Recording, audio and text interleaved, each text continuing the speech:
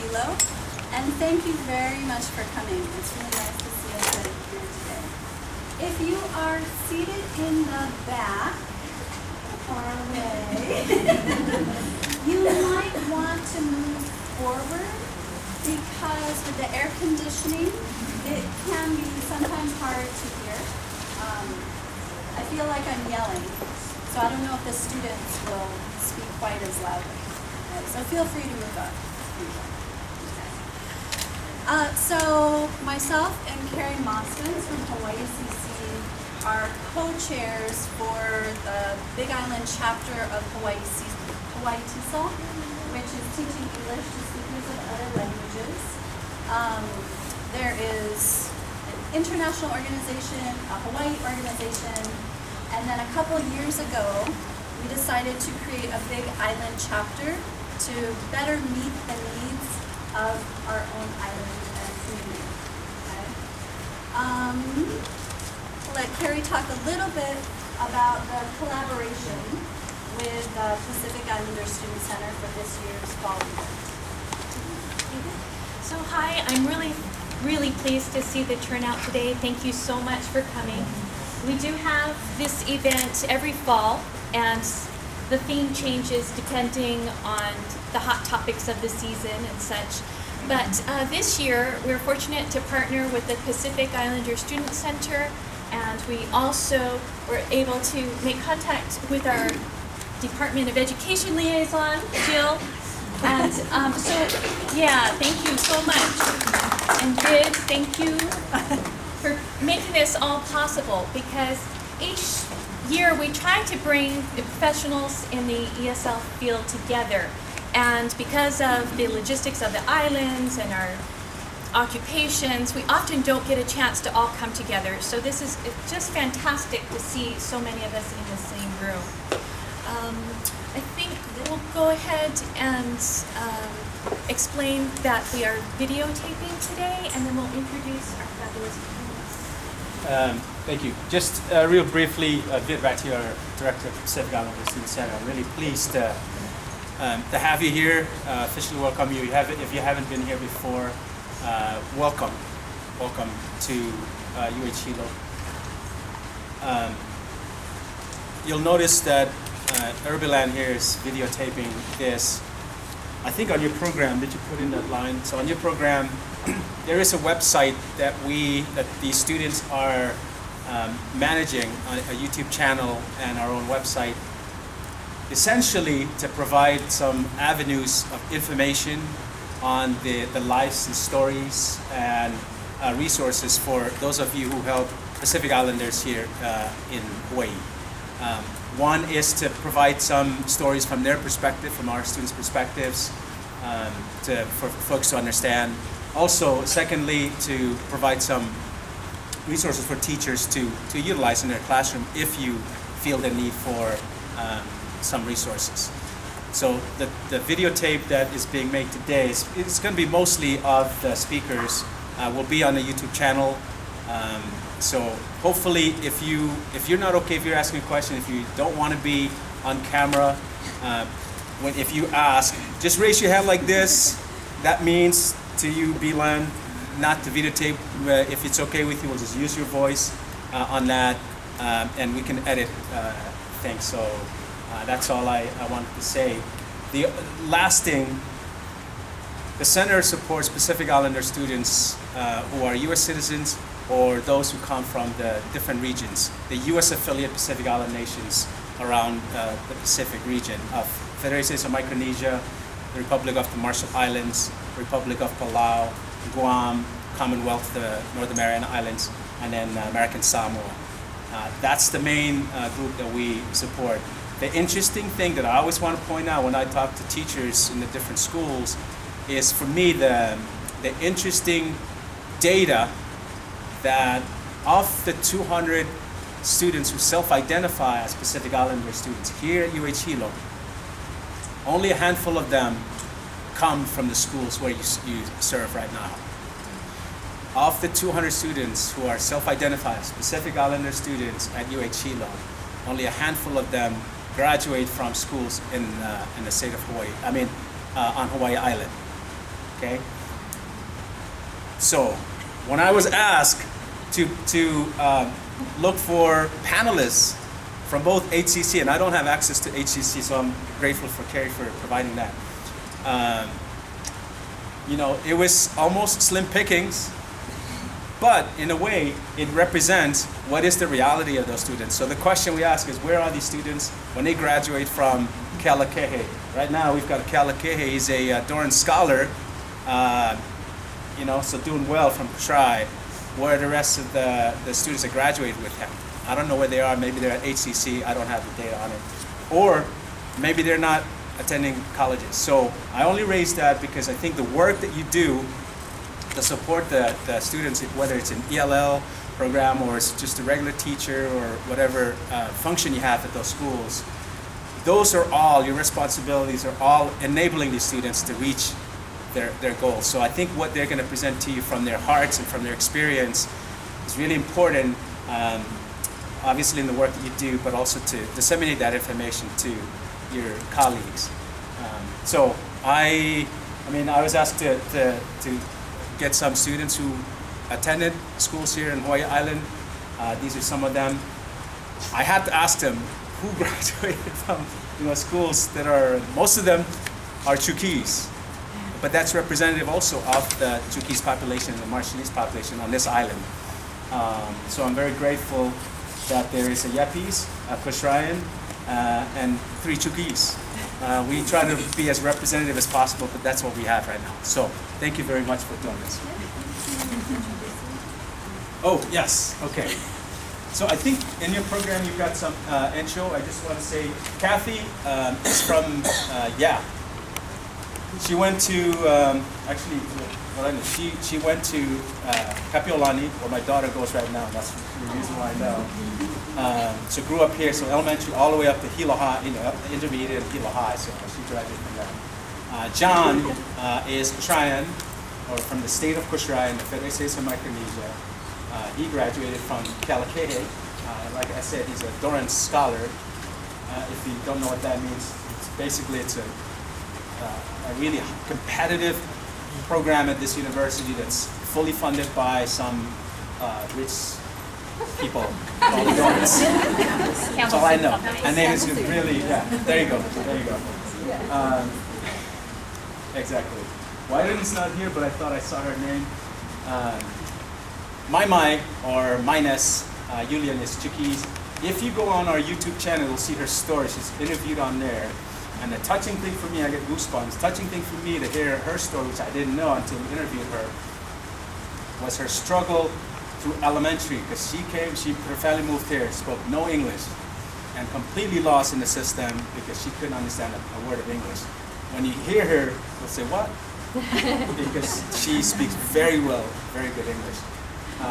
And then Saisai, or Talisa, graduated from, she graduated from Hilo High.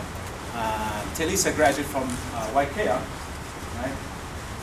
As well as Lyndon. So just so you know, we've got senior, sophomore, freshman, and Lyndon is at HCC. So I'm really grateful that he's able to make this as well, because I think maybe a good number of our students also at HCC, but we just don't have that access to those students. So grateful to Lyndon. Lyndon's also from Chile. And you graduated from Kino. Oh, that's right. You're the one. So I present to you our distinguished students to speak to you.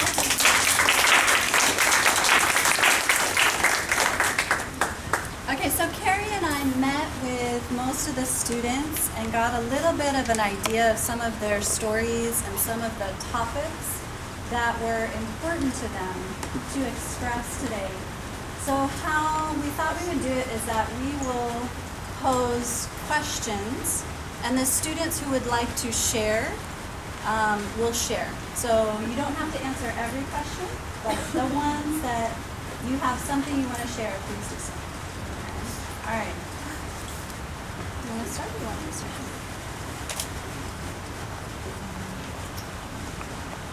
So the first question is, can you share something that you experienced in school that was really helpful to your learning?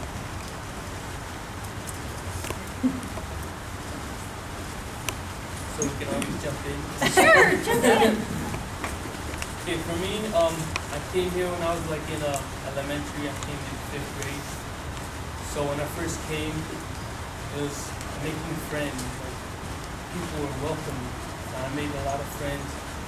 It helped me, like, because I already spoke a little bit, but it helped me like kind of grow more. Because even if I barely understood, they just speak, and I was like, sometimes I'll just nod or whatever. But like they just keep speaking, Like I learned, I kind of grew. Just making friends for me. That was the biggest thing.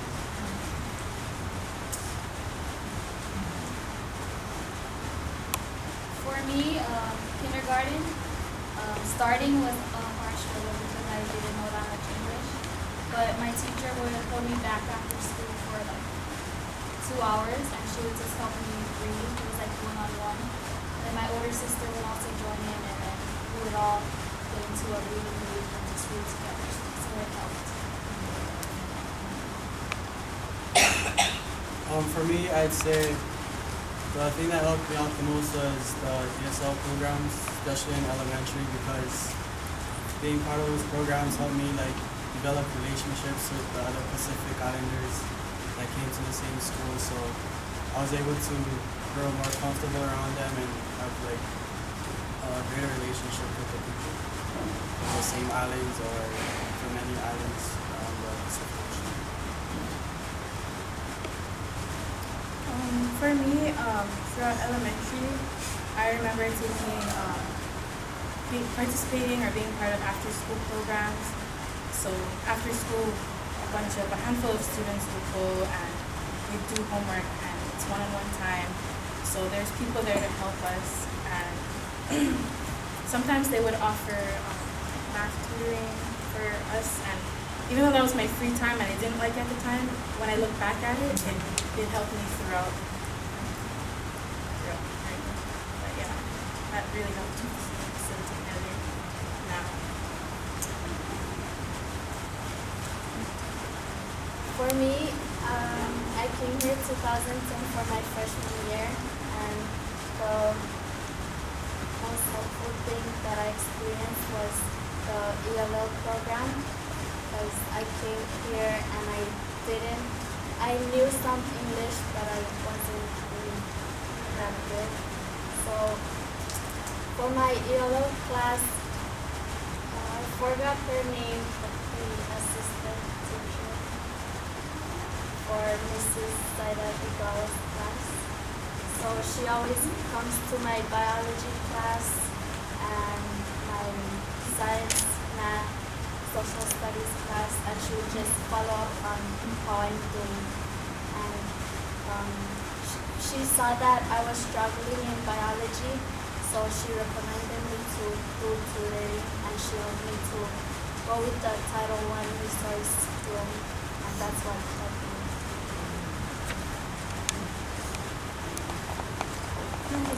Also, Also for me, it's like this wasn't exactly in elementary or high school, but it's actually here in college. I took like, even though I already did learn a little bit of English from elementary to high school, I still like kind of was afraid to speak. Like, I would be afraid to raise my hand in class just because I don't want other people to be like, oh my goodness, you're slowing down the class. That was just for me as an Islander. But my speech class, I took a speech class, the teacher helped us, like, he made groups, like, I don't know what they call them, icebreakers or something for the beginning of the class. Those things, like, when he first put us together, I was like, oh no, I have to meet new people, I don't like this. But he put us together and he started, like, one of our group, group games or whatever, we had to try,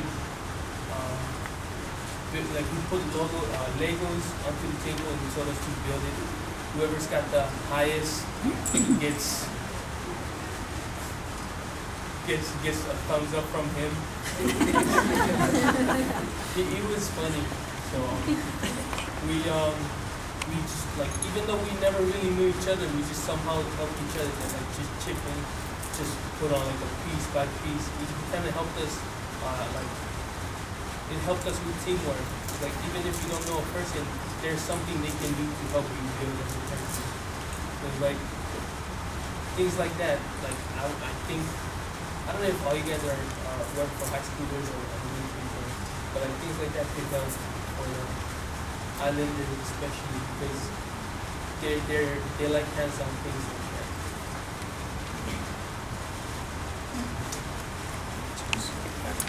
Okay, so maybe transitioning before that too, let me introduce the last member of the panel who's been working. I think if there is a student on this campus who's the busiest and most involved in everything, this is the one. This is Byron. Edwin grew up in Guam, born and raised in Guam, moved here to Hilo, and went through the schools to graduate from Hilo. I mean, all of these students are all in those leadership modes, also in their clubs and stuff. But I think if there was one person that has been, she's a senior, she's graduating in December. This is Byron Edwin, so welcome her to.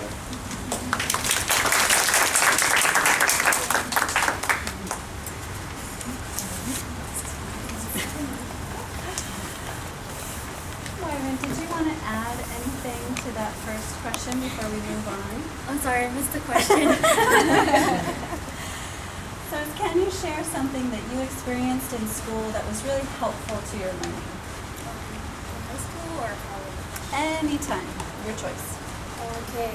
As a high school student, English was very difficult for me. As an English second language speaker, at home I would speak my native language, and in school I'm expected to speak another different language. So high school, I think writing was my weakness, and the teachers didn't really prepare me for that. While I learned that when I came to college. In college, I went to Hawaii Community College, and I actually took Michael Larish. I'm not sure if he's still there. He was really strict on our writing, and I think that helped my writing improve. It's something I'll always take with me.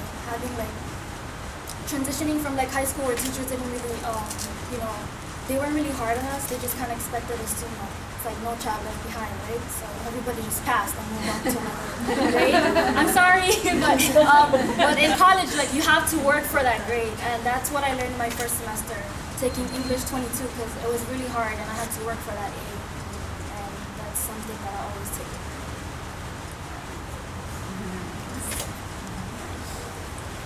All right, so the second question is about balancing family expectations and the expectations of school.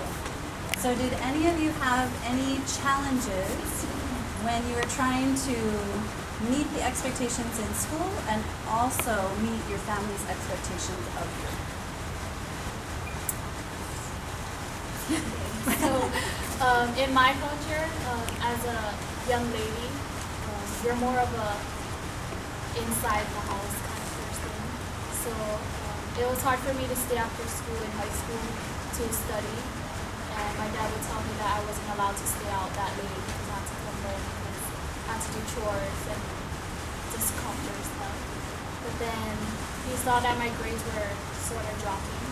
And I explained to him that it was because I needed more time to study at school because I didn't have resources at home. So he opened up and let me stay.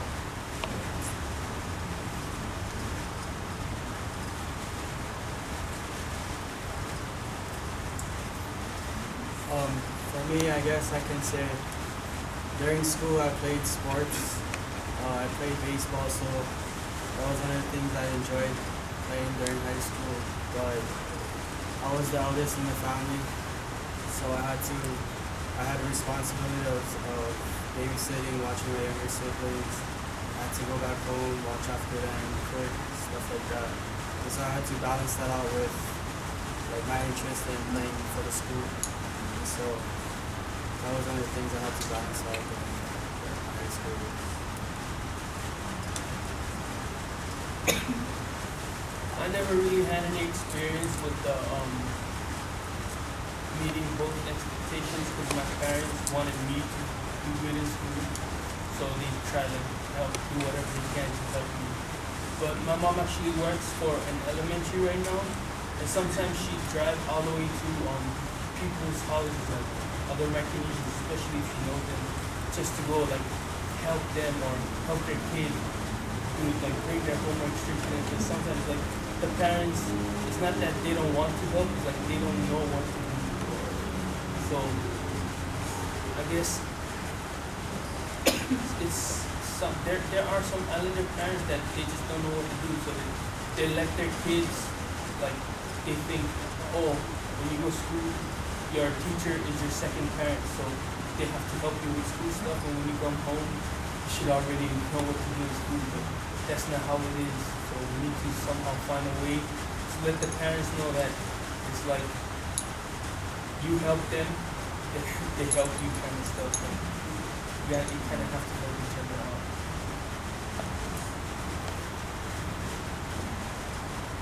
Yeah, I'm just adding to Lyndon's comment.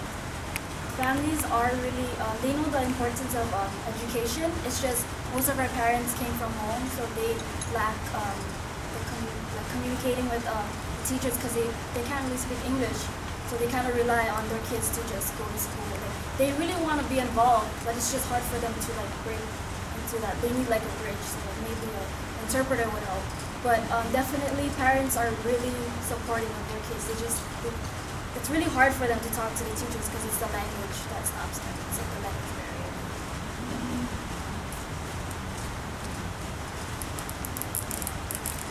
Anything to add? Ready for the next question? All right, so this one is speaking to improving communication between students and teachers. And the question is, are there any cultural differences that teachers should be aware of that would improve communication between the students and teachers? I think I have something to share on this. For us, it's almost like you cannot really speak up. It's kind of like it's cultural. You cannot speak when the elder is speaking, or you cannot talk back. So it's like when a teacher asks a question, you don't know whether to answer them or be respectful. So it's like even if you have an answer, you kind of just keep it to yourself. Even if you need help, you kind of will like, oh, maybe they expect me to figure it out myself. Or it's like a cultural thing.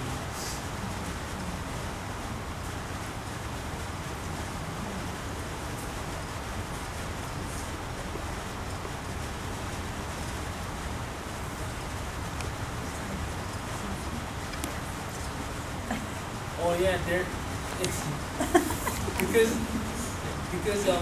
I came from a private school on the island, so I knew a little English. The people that came straight from the islands, they barely knew a little. Instead of them asking questions for themselves, they kind of asked me the questions, and I would ask the teacher for them. So it's like there's sometimes the students themselves, they wouldn't ask, they ask others to ask them.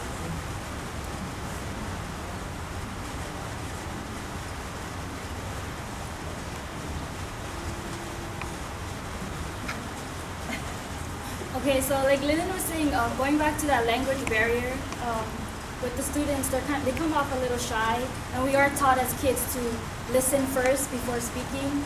Sometimes it takes us like 10 seconds to respond to your question, so just kind of give us a little time to, to respond. Yeah, I guess it's a culture kind of thing.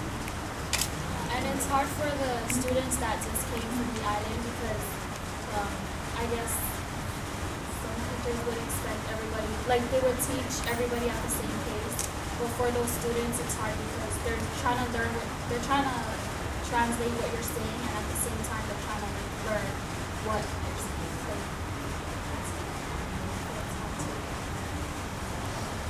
If let's say a English speaking student would get confused, I think a Islander would get even more confused.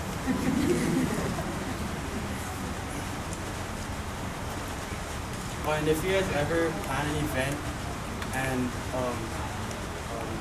they show up late, they always have the excuse of having island time or something, so don't believe them.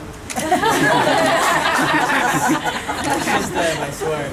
It's just them taking their time. It's not island time. It's not exactly a cultural thing, but it's almost like it's almost like when if you tell them to start the event is going to start at 2 o'clock, they'll maybe come 3 or 4, and their excuse is, oh, it's island time.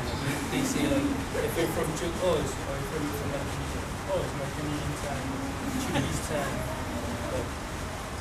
So if you expecting something to start at 10, then you tell them it's going to start at 8 o'clock.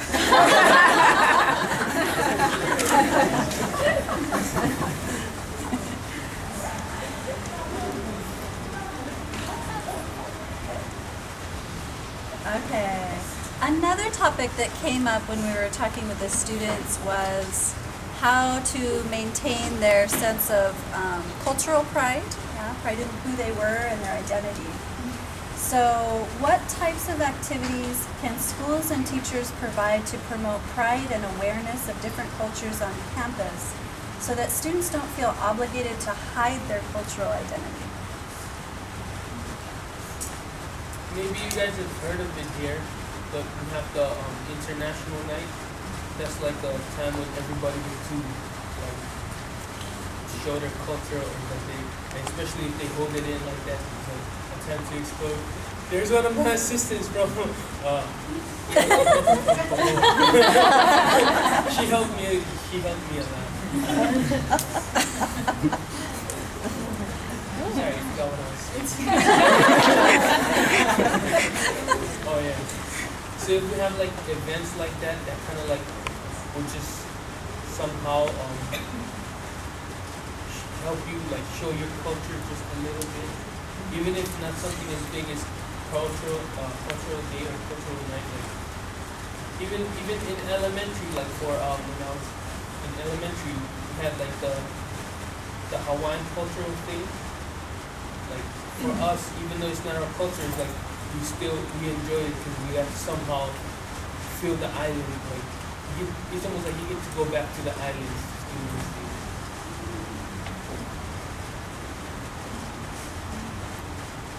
At Hilo High, we have the Multi-Culture Club.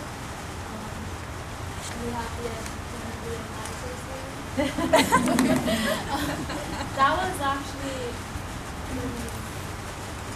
I liked it because it brought different cultures together, but we also did things that we wouldn't really normally do, like community service. So they learn the importance of that. But I think we should get more cultures and people involved. At our high school, we had the international club as well, and that consisted of like whoever wanted to join was open to join the club, but it was more of like over here there's the international night where all the cultures are able to perform and everything, but on this one they have this period called activity period in high school, and the thing is it happens every Wednesday, and so we're able to meet up every Wednesday as a club and then interact with each other, and that's how we're able to like build bigger relationships with each other. So that's one of the things that impacted me.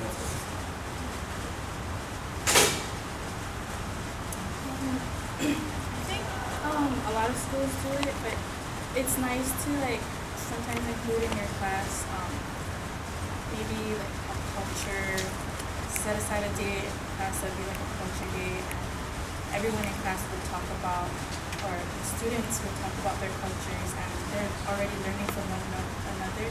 So it's engaging and it's interactive, and I think it's really good just adding on to everyone else.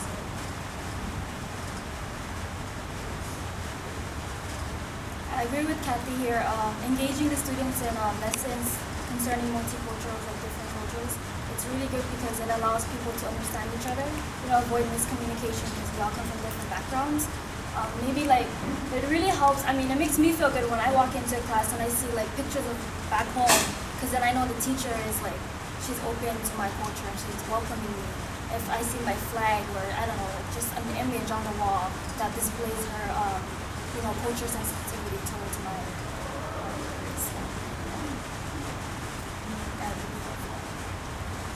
and the multicultural as well. It's not like segregating like the Chukis and Marshallese. At Hilo High, we had the multicultural club, so it was everybody put together. Like, you know, it wasn't like just a certain culture group. It was every Pacific Islander together as well. So that was good too. Anything to add? I'm not saying for you guys to like make a place like the Pacific Island Center that we have here, but a place like that for me, like going through school, I mostly hang out with other Chukis or maybe some local people, Filipino people. But a place like that right now, I have friends from Yup, Pushrai, other Pacific Islanders. Is that place is like it brings everybody together. I guess it's kind of just like how they have it here. So places like that can really bring everybody together and make each other strong culturally, and as students they can help each other out.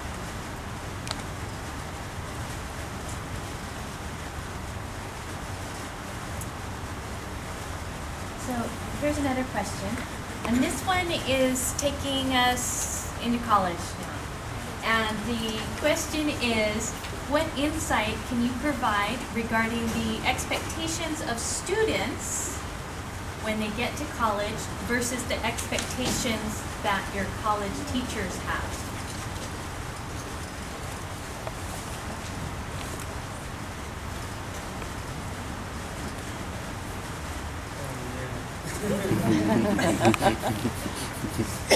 Maybe like I think we kind of talked about it. So when we're in grade school or in high school, we're relying on our teachers and we have to go to class. We gotta do our homework to pass our class. But when you're in college, it's all on you.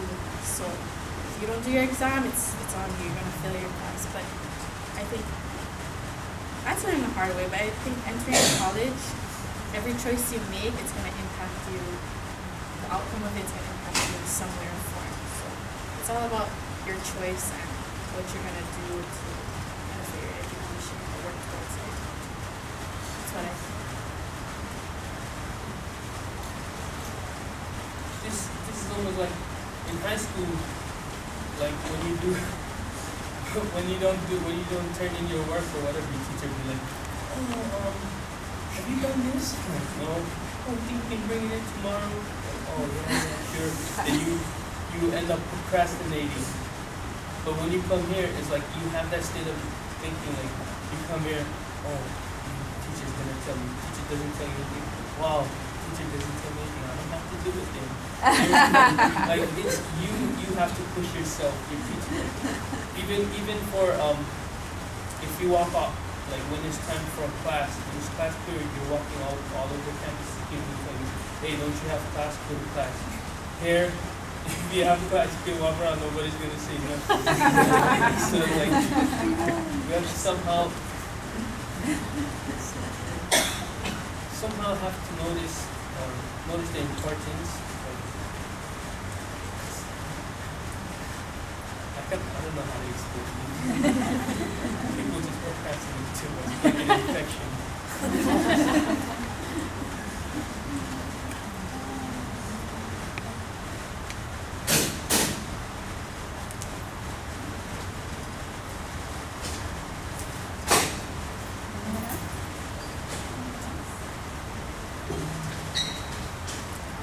For me, I didn't know what to expect as a freshman going to HCC. I was really nervous because coming from Hilo High, it was it's high school and then making that transition to college. So what I expected was to learn, and my attendance was like a symbol for my eagerness to learn. So just seeing your students there, seeing the Pacific Islander students being in the classes, a sign of the desire to get a higher education.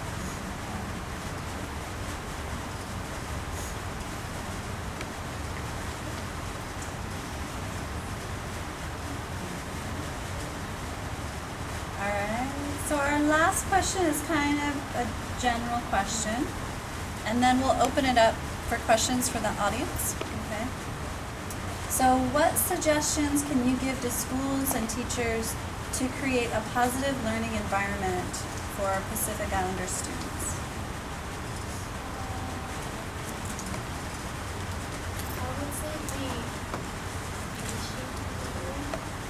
again, it takes students from the island a longer time to actually interpret what's going on. And then, like, in our culture, they sort of don't ask questions. So I think as sort of teachers, to sort of ask if they're doing okay, because they're not going to, raise their hand and actually ask a question.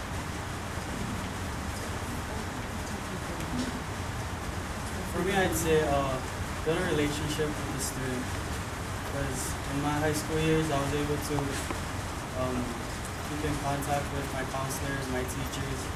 And I wasn't an ESL student, but the ESL teacher, she practically looked over all the Pacific Islanders, and she served she was like a mom for us. And she would always be on our butts, asking us if we did this, if we applied to scholarships for seniors, keeping up with our grades, and just that relationship you're able to build with that student allows them to open up more to you guys. So I'd say build a relationship with them. I think even the tone, like the way you approach them, sort of reflects how, like if you're sort of aggressive, like your voice sounds aggressive, they'll seem like, they'll think, you're sort of talking to them as if they're dumb and they don't know what they're doing, so they're not going to want to learn. But I think if you were to sort of like, hey, you need to do this, or like, okay, she cares and I'll actually.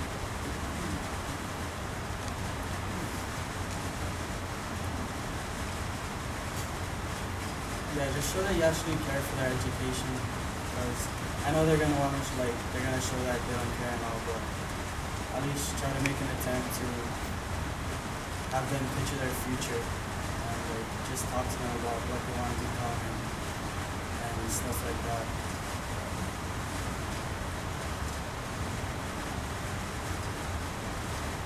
Okay, so for me, in high school, I was really shy to ask questions. And whenever the teacher comes around to ask me questions, ask me if I have questions, I would really feel relieved because I was really shy to ask questions. And I think most of us, the Pacific Islanders, were like that. We don't, we're shy to stand up and walk to the teacher and ask questions. So if the teachers would please go to the students and look at how they're doing and just ask if how they're doing well.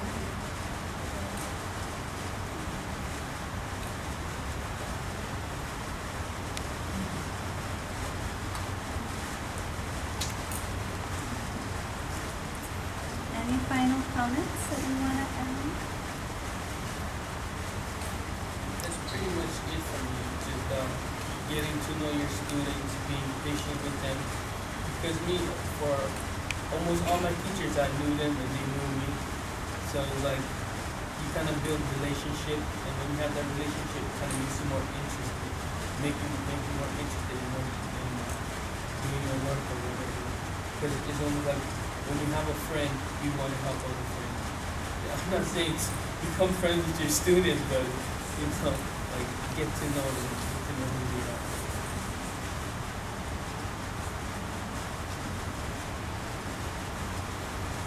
Even suggesting sports for those students that, there's a lot of Islanders that like to play sports, and in high school, you have to maintain that GPA to play sports, so that might also give them a little push to try hard and stuff. Yeah, some people would actually do good in school just so they can do sports.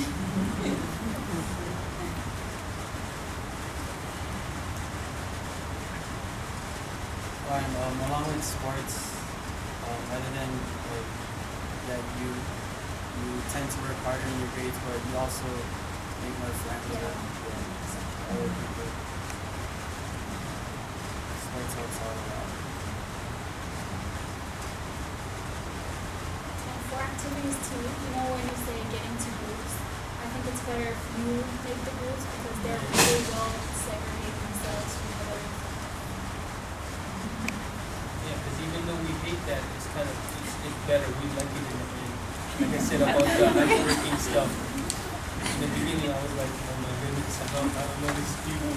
But in the end, I didn't notice I was having fun just building up community.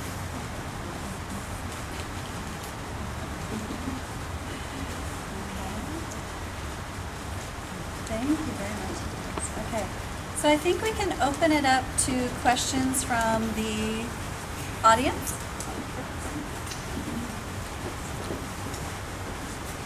I have a question about, and I was just gonna put it down and Lyndon brought it up, about time. And you know that the joke was to say that something will start at 8 when it really starts at 10. How much of that, I mean, obviously you folks all went to class on time, because you're all up there. But for other activities, you know, would you want to be more on time? But I know that you're not the generation that is you're not the generation that's the late people, or would say, oh, well, you know, we can go in 2 hours, because it doesn't really. Yeah, mostly the older generation, but it kind of rubs up on us. So how can you improve that better? I mean, you know, sometimes you miss you for half of the time and then you get, because you come late. And I think you're missing out. But how much of that did you try to push it on to the younger, siblings, other families? What you mean? Well, I'm just trying to think how you can help yourselves get to someplace or to start something on time. If you say it's gonna be at 10, it should be at 10. I think you kind of have to emphasize or stress how important it is or it would be. Because like if we know it's important, we show up. But like if it's like even though it's important, but the way you said it, say like, oh yeah, there's a meeting over there. But you're like there's a real important meeting over there. You have to show up, or this is gonna happen. Like maybe you might fail or something. Then we know. Oh my goodness, we have to go there. So it's like I guess you just kind of have to show or stress how important it is, or how good it would affect the good it would do. Because for the social situation, it doesn't really matter if you're not there right at 10 o'clock, right? If you're there at 10:30 or 11, but if you invite outsiders to come and you say 10 o'clock, and you're looking around and only the local people are there and none of you are there, then you know it causes kind of like something's wrong there. You know, if you're expecting others to come. I think maybe that'll help, telling them that there's gonna be like outsiders that come to the event. Because if it's just you guys, like the Pacific Islanders, they're all gonna think of each other like, oh, they're gonna show up late, they're Pacific Islanders. So just pretty much tell them that there's gonna be like important people or new people showing up to the event. Question. I noticed in areas of studies that you don't have any other Pacific Islander students who like to study in education turn around and become the teachers we need in the classrooms to work with. Is there any emphasis or discussion On education. becoming teachers? Yeah. That's a really good question. I can tell you at least of the 200 students, self-identified Pacific Islander students here at UH Hilo, not many are going into that field. Most of them are political science, administration of justice, communications, marine science, but not many are going to the teaching profession. And I'm not sure why, Yeah, I think that was my next question. other than and this is not research data, but I mean the high-paying positions back in the regions, right? You got to remember that these are mostly students who are coming from the regions. It's the politicians, right? So administration of justice, political science, right? It's the scientists, right? People working in marine science. Those are the positions that they think they can, that they're identify with, because those are the positions. The teaching profession is not, I think, like in many areas in the U.S. too. It doesn't have that same kind of status that, unfortunately, of course, as an educator, but I don't know why not too many of our students go into education. Unless they've had, and this is just my own thinking, unless they've had negative experiences of teachers and are not inspired to become educators, or they haven't met, really inspiring teachers to get them to become teachers. I mean, my daughter now speaks like, I want to be a teacher because, her teacher at 4th grade or 3rd grade, she loves them. But I know that's going to change once she kind of discovers other things. And especially for us, if we do come from the island, like we have bad experiences with our teachers because we get whoopings, we get spankings or whatever. Remember, I got lickings from kindergarten all the 4th grades. I wouldn't want to be a teacher. But all the teachers here, they could change my mind. But I'm actually thinking about going into human services to help others. It's not exactly in school, but it's like on the outside.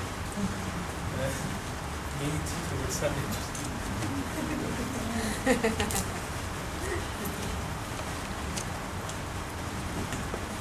Sure. So I'm a teacher here at HCC with Carrie, and I can't help it. I always ask questions. It's like I always have a lot of questions. I'm always like, so, and as a teacher, like, it's a way of kind of taking the temperature of the water. When somebody asks you a question, you know where the student is, and so I really want to know. Like you said about icebreakers and how that helped you, like what kind of question, like I try all these things in my class sometimes, like to just practice asking questions, or like hand out questions that other people ask and you have to just read it, or like maybe appoint somebody, like you said somebody said that maybe the students will ask one of the other students to ask the questions. Like, would it be helpful to have like, okay, this person is the question person of the week. Like, give all your questions to this person, and then that person will quietly give me the question. Like, what might help? Like, because I feel like there's confusion. It's so hard. It's so hard as a teacher to figure out what to do. Any thoughts on that? What would help if you're teaching like a class and you feel that there's questions and you keep explaining and nobody asks the questions? Anybody? It's painful. My question is like, what would make you feel more comfortable asking questions? By the end, now that you guys are all experienced, successful college students, like, is there something like, do you sometimes go to somebody's office hours if they just say, my door's open, come in? Or is it better if somebody says, you need to have here's your appointment time, you need to come see me at this time. So you have to come, and then you might ask the question. What's better? I think the you kind of have to come. You have to come. I think it depends on each student. The really shy ones, like they want to approach you, though. The ones that actually go and see you in your office, like during your office hours, those are the shy ones, but they want to talk to you. Yeah, that's great. You can't really force it on every student, like meet me, because they'll probably just drop your class and be like, oh yeah, I know. I know, but sometimes you have your office hours and come. You know that they have a question. Huh? The fact that you're like initiating conversation with them, just keep doing it, and then they'll probably just like, this lady really cares, so step forward and just be patient. Thank you. And Kathy, you had mentioned the speech class section. Mm-hmm. You could,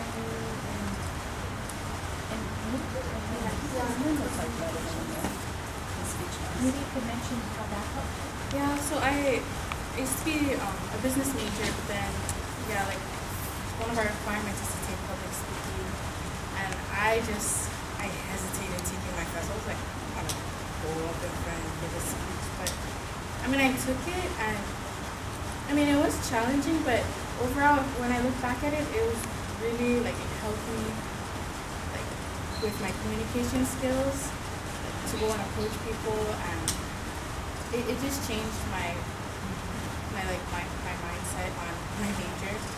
But I just liked it because in that class it involved a lot of activities, and we had to like interact with one another. Preparing for the speech too helped me a lot, and yeah, it just helped me a lot as a person. It changed my pathway in my academic career.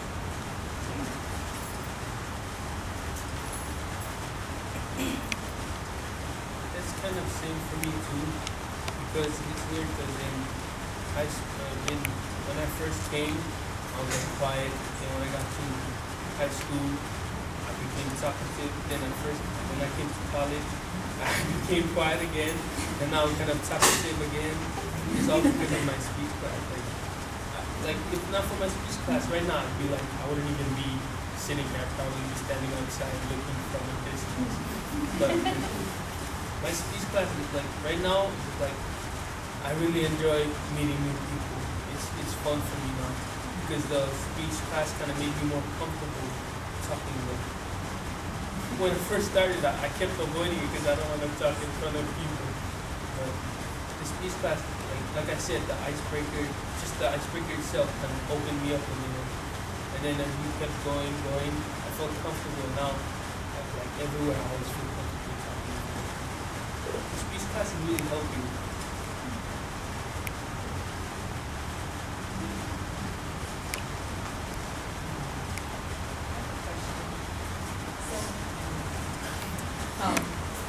So it's almost like you're the first generation, really, students that are going to college. And so if you have younger siblings or cousins or relatives that are now in elementary school, is there the same thought or the same feeling that education is important and this will help you, and here's some of the things that you can, do to kind of help yourself as you're going through now middle school and high school? And so is there like a group or, kind of like, a group that's, kind of helping the next generation come through?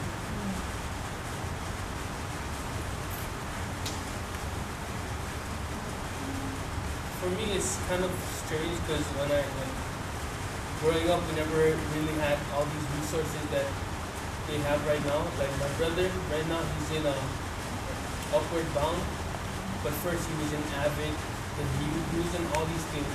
But it's strange because he's in those things now, but it's almost like it's not really interesting to him. Like if it was to compare, even now he'd be more educated than me, but like he doesn't really. It's almost as if he doesn't really. It's not as important to him as it would be for you.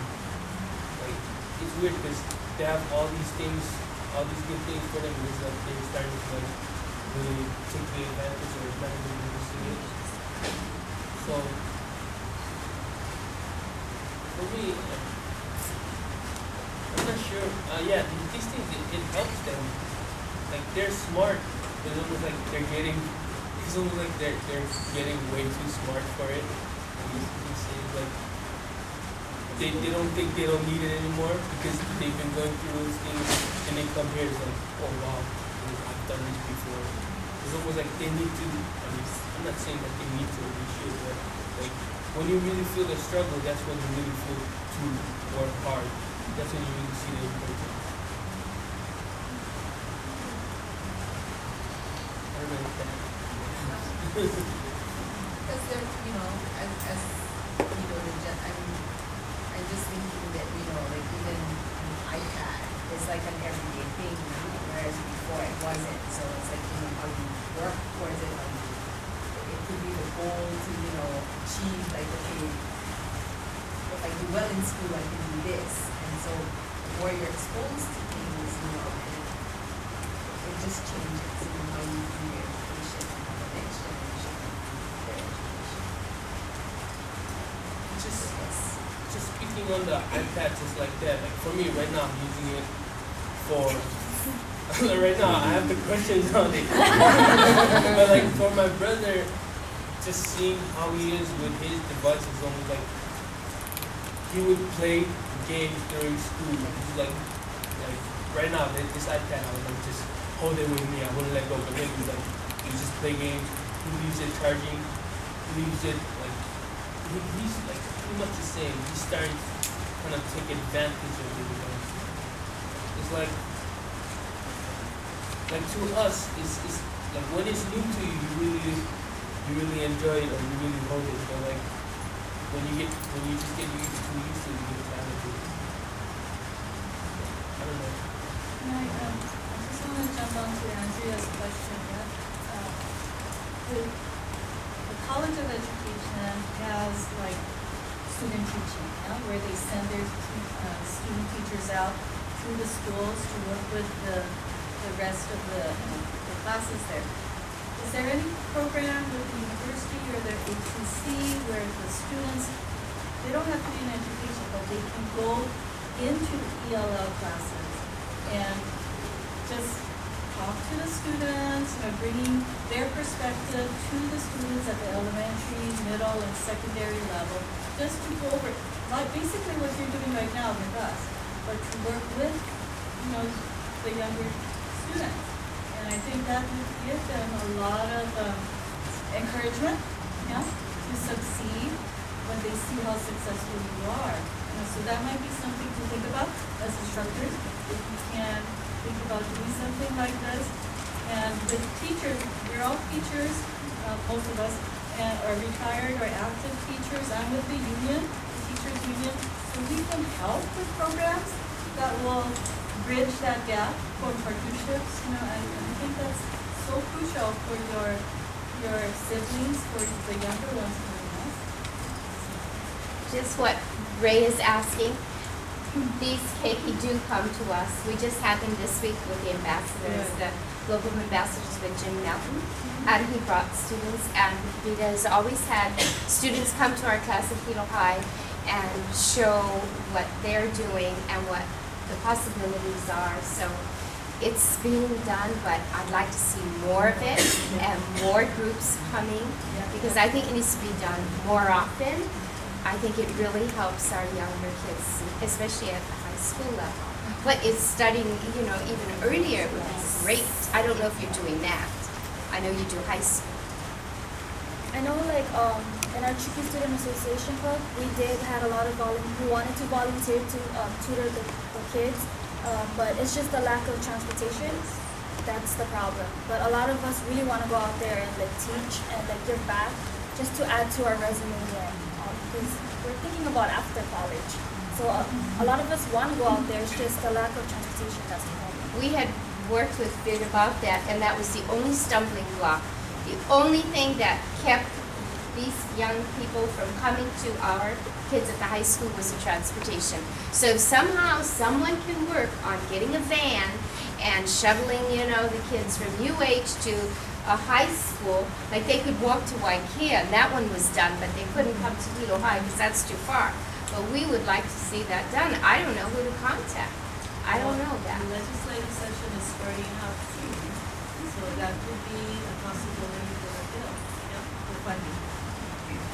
Just a couple of things, maybe I can answer to that, at least from the UH Hilo, from the Pacific Islander Student Center. We have two programs that I initiated to essentially engage our Pacific Islander students with their younger brothers and sisters out there in the local schools. Two things. One, we just this last weekend, we had a career day, which was a follow-up from our college day last year, where we brought in high school students.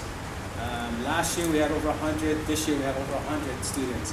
And last year we had about 50 of our college students volunteers. This year, this past weekend, we had over 90 of our students.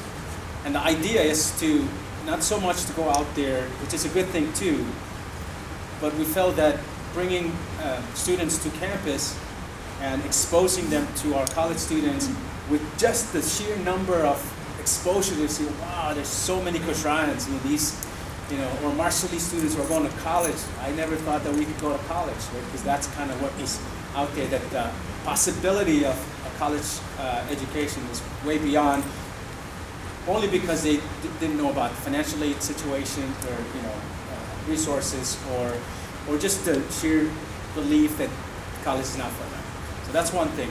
Another thing that we do at the Pacific Islander Student Center, we have a program called Highly Engaged Learning Placements or Positions, HELP, in which we actually hire students to create positions that get them engaged in others. So I know that Val had proposed 5 positions at Hilo High to get 5 students out there to do tutoring, and what she's talking about is transportation. I know that Jill last year proposed a position for a Marshallese speaking, Chugi speaking student to work with her on that. We're finally gotten one. I mean, this position has been posted on our website since the spring.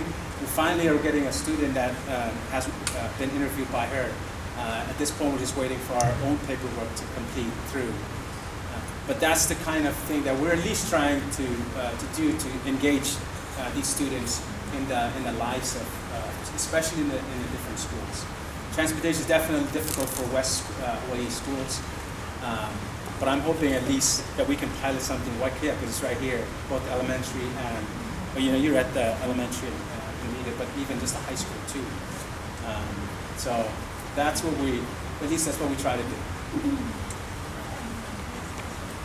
Is this geared just towards UH students, or can you do PCC students as well? So the question is this just for UH Hilo students? The funding and the center essentially supports Pacific Islander students. The funding for any of these positions support UH Hilo students only. But the experience of volunteering, as we did last year, Lyndon from HCC was one of our volunteers at that. So it's open to them. But unfortunately, the funding, our grant funding from U.S. Department of Education supports only UH. But the center is open, like Linda's on other HCC students. And they're members of the different clubs too. So the HCC is just through volunteers out there? Correct. Val and Ray, I'd be happy to talk to you about opportunities with Hawaii Community College. That is something that I've been wanting to do for some time now. So I'm glad to know your names and pieces. Yeah, and I'll say too, at UH Hilo, we started an elective class for our ESL students, which is community engagement for them. So Laurel, who's hiding behind her camera, she's teaching. We have 17 students from Japan, China, Korea, Micronesia. Yes, Juk actually. Who are involved, and so they do several different types of community engagement, but it would certainly be possible to develop some sort of project that they could do for that class too, so that's a possibility. There's a question about behind the post. Hi, my name is Lisa. I work at HCC in the Round Department. We see a lot of pre-nursing students who are trying to get through like human anatomy, physiology, and microbiology to get into the nursing program. In science alone, I mean, you're having trouble learning English. Adding a science, which is a whole nother language, it's mostly Greek and Latin on top of that, is extremely important. There's a lot of ESL students that fail because they're not probably prepared or with the right expectations to get in the course. I give so much credit to the ones that I see come back. Sometimes I see kids come back 3 or 4 times to be able to pass the course, and that's a lot of determination. But sometimes, you never see them again. And as a teacher, it's hard to struggle, and I've heard a lot of different stories about, oh, it's good for a teacher to accommodate the culture, to give to it, but then I've also heard you guys say sometimes, no, it's good to hold me to those expectations and push me to make sure that I do as well. So there's a delicate balance there. And I just was wondering if you had any insights about when it's best for a teacher to, to give a little bit versus, hold the line, especially with, grading and, especially written document is, especially difficult when traditionally.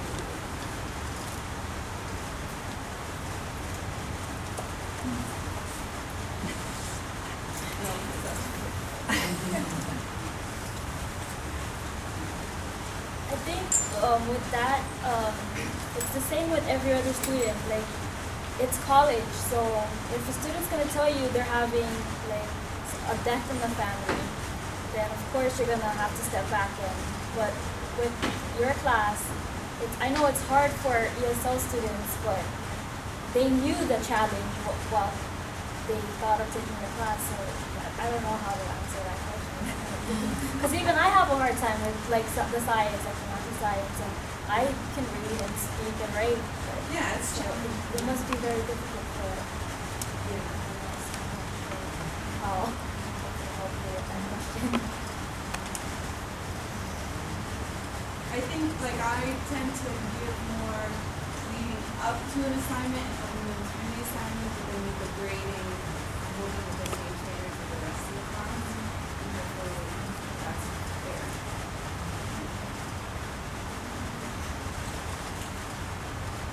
Yeah, that should be fair.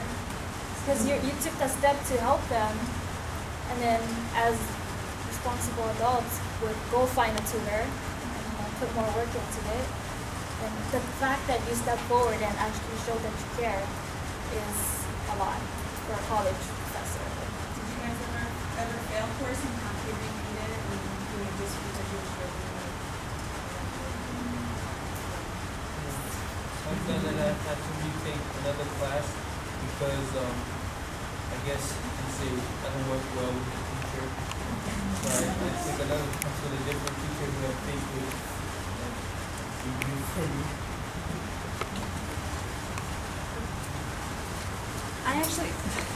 I'm not on the panel, but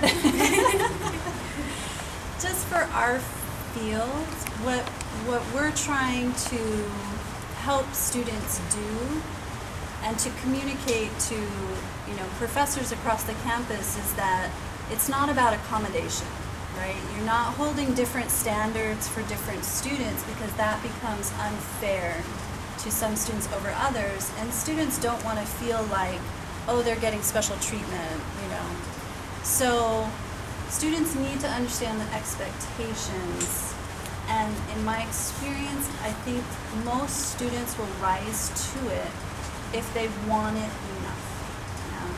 So with written work, it gets complicated because as they go through different majors, there is a little bit of a shift towards the ideas and the concepts rather than the perfect sentence structure and grammar and things like that. But those things are necessary to a high enough degree that their ideas come through, right? So you don't want to overlook so much, right, that it's not really meeting what you feel a college student should be doing. Yeah, even if it's in their second, third, fourth language. Yeah, that they're doing the work in. We get students coming back all the time who are saying, gosh, the ESL classes are harder than my 100, 200 level classes because our expectations are high. We're trying to have them set high expectations for themselves. So I don't want to hear that anymore. Yeah, I want professors to hold them to the same standard as everyone else. I mean, they don't have to have perfect grammar perhaps in a biology class, but they need to be communicating the ideas. And if they need to go to the tutoring center or whatever, then that's what they need to do.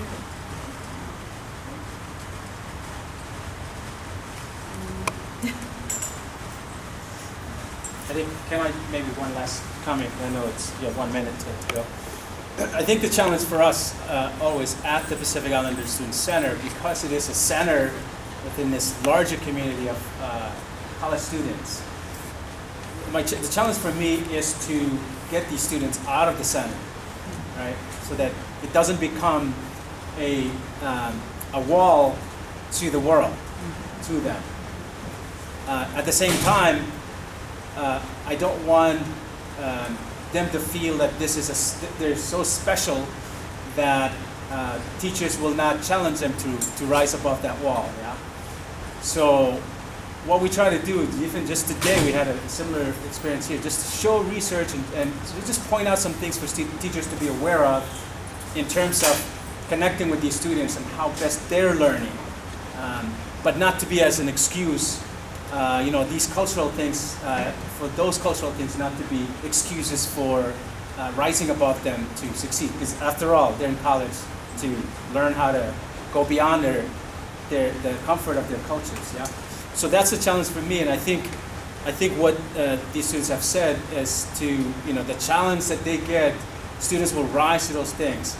And I think that's the key. And I think in all of these things, at least in my work at the center, is to challenge them to, go out and help your younger brothers and sisters. Because it's just not all about you right now. You're in college, you've made it, but there are a whole bunch of them that are struggling like you did. And at the same time, too, educating and helping professors and faculty and staff to just understand where these students are coming from. Because sometimes they're coming from schools, not so much these students because they went to your schools, but the majority of our Pacific Islander students are coming from really dysfunctional schools, completely dysfunctional schools. And so you can expect them to rise to a certain degree if you help them along the way to get that. And I think that's, for me, that's the key in these interconnection between the students, the research, the faculty, the teachers, and just having these conversations just to get some awareness there, but not to be excuses for them. Culture is not an excuse. The label being Pacific Islander is not an excuse for you to remain there. You can go beyond that to become whatever it is that you're here for, to rise above that. So, okay, that's it. Oh, I wasn't supposed to be on camera. Sure. And so, like Vid was saying, it is true because in high school, like I said when I first sat down, high school is really different from college, where the teachers kind of just, I don't know, I felt like I was set up for a failure. I'm sorry. But when I took my English class at HCC, I didn't even know how to start a paper. Like, I had to learn from the bottom and work my way up. And that's what disappointed me as a student, because I thought I knew everything. And then I came up to Hawaii Community College and I was expected to write my first essay, and my professor just kind of put me down. And I'm proud. Like, I'm really glad he told me to my face, like, you don't know how to write. Like, you gotta go beyond the very obvious. Like, that's what he always told us. And the fact that he told me, I wanted to challenge him, like, okay, I'm gonna show you that I can write. And then I always did free writing, and the fact that he told me the truth is what I saw as caring. Like, he cared about me as a student and he wanted me to learn. And I think for the professors here, if you want to show your students that you care, then you should tell them the truth, because you don't want to set them up for failure. Nicely said. Okay, we are out of time, but I really want to thank all of you for, now we can hear. Perfect timing. I really want to thank all of you for coming and showing your support of the students and, really doing the best that we can possibly do to support them and help them be successful. Thank you. And thank you.